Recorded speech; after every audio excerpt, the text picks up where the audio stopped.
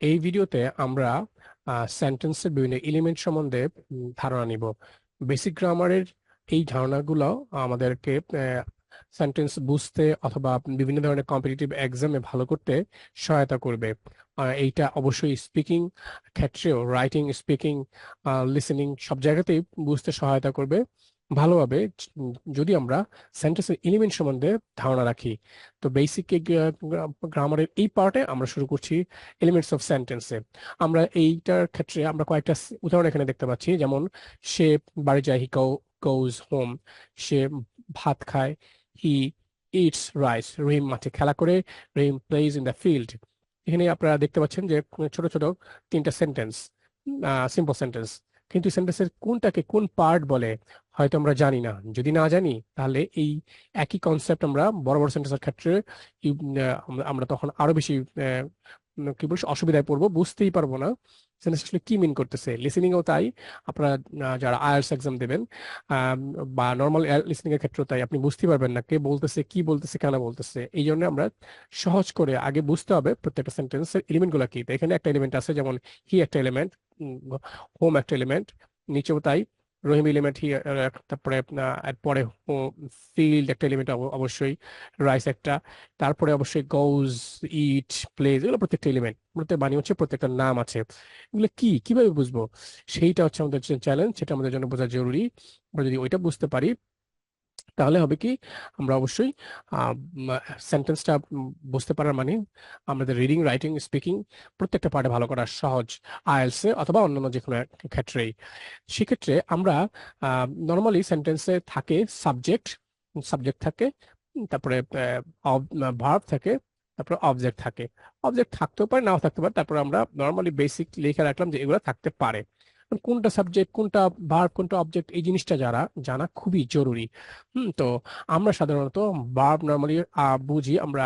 এর আগে আমাদের যে পার্টস অফিসের ভিডিও আছে, ওই ভিডিওটা যদি আপনি দেখে নেন, সেখানে ভার্ব সম্বন্ধে একটা ধারণা পাবেন, যদি ধারণা না থাকে। পার্টস অফিসের এই ভিডিওতে ভার্ব সম্বন্ধে ধারণা যা আমরা পাই, বা নর্মালি আমরা জানি ভার্ব মানে হচ্ছে কোনো কিছু অ্যাক্টিভিটি, কোনো কাজ করা, সেটা যে কোনো কাজ, খাওয়া, খাওয়া দাওয়া, যাওয়া, যে কোনো কিছু কাজ, কোনো অ্যাক্টিভিটি। সেটা কোনো অ্যাক্টিভিটি হতে পারে, কোনো স্টেট কেউ কাজ বোঝায়। তো ওই অ্যাক্টিভিটি গুলা আমরা সাধারণত চিনি। তো এইখানে দেখেন সে বাড়ি যায় বা ভাত খায়, খেলা করে, এখানে মনে হয় আমরা ভার্বটা সহজে চিনতে পারতেছি। যাওয়াটা হচ্ছে ভার্ব, খাওয়াটা হচ্ছে ভার্ব, খেলা করাটা হচ্ছে এই ভার্ব। তো ভার্ব আমরা চিনতে পারলাম। তো ভার্ব চিনতে পারলাম, এখন যেটা করতে হবে, সেন্টেন্সের বাকি অংশগুলো আমরা কিভাবে বুঝবো। এখানে তো ছোট সেন্টেন্স, কিন্তু আইএলটিএস বা অন্যান্য এক্সামে বিরাট বিরাট সেন্টেন্স হয়, কমপ্লেক্স সেন্টেন্স গুলো 3 লাইনের হইতে পারে। একটা 3 লাইনের complex sentence, can you imagine, verb কোনটা, সরি আপনি সাবজেক্ট কোনটা যদি খুঁজেই না পান, সেন্টেন্স আপনি কিছুই বুঝবেন না। আইএলটিএস এর এক্সামের ক্ষেত্রে অধিকাংশ ক্ষেত্রে আপনি ফেল করবেন। ফেল মানে প্রশ্নের অ্যান্সারটা খুঁজে পাইতে ফেল করবেন। তো আপনি যদি এই ছোট্ট কনসেপ্টটা ইউজ করেন, অবভিয়াসলি সেন্টেন্স গুলোর সাবজেক্ট আপনি খুঁজে পাবেন, অবজেক্টও খুঁজে পাবেন। ভার্বটা তো শুরুতেই হয়তো দেখেই বুঝে ফেলতেছেন, বা দেখে দেখে বুঝে ফেলা উচিত। যদি তাই হয়, আপনার জন্য এক্সাম গুলা ইজি হয়ে যাবে। তো আমরা ভার্ব গুলা খুঁজে পাইলাম যেগুলা। এখন ভার্বকে সাধারণত আপনি যদি কে দিয়ে কোশ্চেন করেন, কে কে কাজটা করতেছে, যে উত্তরটা আপনি পাবেন সেটা আপনি পাবেন সাবজেক্ট। যেমন সে বাড়ি যায়, কে বাড়ি যায়, সে বাড়ি যায়, সে। দ্যাট মিনস এই হিটা হচ্ছে গিয়া সাবজেক্ট। আপনি যদি সাবজেক্টকে, ভার্বকে কে দিয়ে প্রশ্ন করেন, যা পাবেন সেটা পাবেন হচ্ছে গিয়া সাবজেক্ট। ঠিক আছে, এটা আমাদের মনে রাখা লাগবে যে আমরা ভার্বকে প্রশ্ন করতেছি, কে এই কাজটা করে। যেমন কে বাড়ি যায়, সে বাড়ি যায়, সে হচ্ছে গিয়ে সাবজেক্ট। আপনি আবার পরের সেন্টেন্সে কোশ্চেন করতেছেন, কে ভাত খায়, সে ভাত খায়, সে হচ্ছে সাবজেক্ট। আপনি পরের সেন্টেন্স কে করতেছেন, কে খেলা করে, রহিম খেলা করে, রহিম হচ্ছে সাবজেক্ট। ঠিক আছে।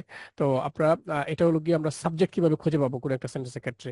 একই রকম ভাবে আমাদের তো ভার্বটা আমরা পেয়ে গেছি, কিন্তু আমাদের তো অবজেক্টটাও জানা দরকার। অবজেক্টটা আমরা কিভাবে পাবো। এখন আমি বলে বলে নিছিলাম প্রথমেই, মনে আছে নিশ্চয়ই, অবজেক্ট কোন কোন সেন্টেন্সে থাকতে পারে, নাও থাকতে পারে, কিন্তু অবজেক্ট আমরা খুঁজবো কিভাবে যদি থাকে। সাধারণত আপনি যদি এই ভার্বকে, যায়, খায়, খেলা, এখানে এগুলাকে কি দিয়ে কোশ্চেন করেন, যদি উত্তর পান, যদি বলতেছি, দ্যাট মিনস কোনো কোনো ক্ষেত্রে আপনি উত্তর নাও পেতে পারেন। যদি উত্তর পান, সেটা উত্তর হচ্ছে অবজেক্ট। তো আমরা যদি প্রথম প্রশ্নটা, বাক্যটাকে প্রশ্ন করি, কে বাড়ি যায়, সরি কি বাড়ি যায়, কি বাড়ি যায় বলে কিছু হয় না। তো কি এর কোনো অ্যান্সার নাই। এই ভার্বকে, যায়, খায়, খেলাকে, অথবা গোজ, ইট, রহিমকে, সরি প্লেকে আপনি কি কি যায়, কি খায়, মানে এইভাবে কোশ্চেন করতে হবে। তো কি বাড়ি যায় বা কি যায় এভাবে হয় না উত্তর। তো এটাতে অবজেক্ট নাই, প্রথম সেন্টেন্সটাতে অবজেক্ট নাই। তা আপনি পরেরটাতে ওটা বলছে খায়, সে কি খায়, উত্তর আছে সে রাইস খায়, তাহলে আমরা অবজেক্ট পেয়ে গেলাম। ঠিক আছে, আপনি যদি কি দিয়ে প্রশ্ন করেন, এই যে আপনি দেখতে পাচ্ছেন যে কি দিয়ে যদি প্রশ্ন করেন, ভার্বকে যা পাবেন সেটা হচ্ছে অবজেক্ট বা কর্ম পাবেন। তো আপনি একই রকম ভাবে আপনি যদি পরের সেন্টেন্সটাকে যে কি খেলা করে বা কি খেলে, খেলে ফুটবল, আমরা এখানে খেলা আছে ফুটবল না, কি খেলে তার মানে এখানে নাই। তো আমরা দেখতে পাচ্ছি যে এইখানে কি খেলে, কি খেলে, উত্তর তো এখানে নাই।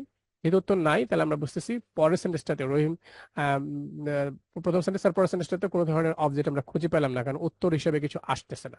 ঠিক আছে, তাহলে আমরা সাবজেক্ট, অবজেক্ট, ভার্ব, ভার্ব তো আমরা সব নিতেই বুঝতে পারি। সাবজেক্ট কিভাবে বুঝতে পারি, কে দিয়ে কোশ্চেন করলে ভার্বকে, কে, কে এর উত্তর যদি পাবো তাহলে পাবো সাবজেক্ট, আর যদি আমরা ইসের উত্তর পাই, কি এর উত্তর পাই তাহলে পাবো অবজেক্ট, আর যদি কি উত্তর না পাই তাহলে আমরা বুঝতেছি যে ওখানে আসলে কোনো ধরনের অবজেক্ট নাই। তো আম, এইটা আমরা অলরেডি বুঝতে পেরেছি আশা করি। তারপরে চার্টে যদি আমরা দেখি যে আপনি সাধারণত ভার্ব আপনি প্রথমেই খুঁজে পাবেন কোনো কাজ করাকে বোঝাচ্ছে, সেটা যে কোনো কাজ, অ্যাক্টিভিটি হইতে পারে, স্টেট হইতে পারে।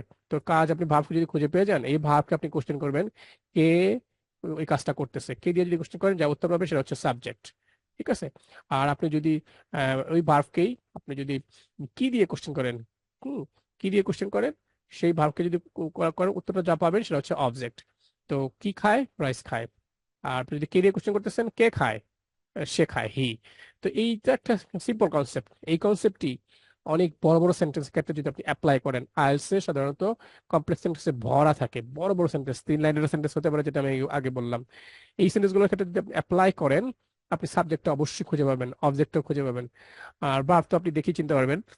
আর এইগুলো যদি আপনি খুঁজে পান, সেন্টেন্সটা বোঝা অনেক ইজি। সেন্টেন্স যদি আপনি বুঝতে পারেন, তাহলে আপনি নিঃসন্দেহে আপনার আইএলটিএস রিডিং এর ক্ষেত্রে আপনি অনেক দূর আগে যাবেন, খুব ভালো করবেন। এখানে বেশ কিছু এক্সাম্পল দেওয়া আছে, বেশ বেশ কিছু টাস্ক দেওয়া আছে 1 থেকে 15 পর্যন্ত।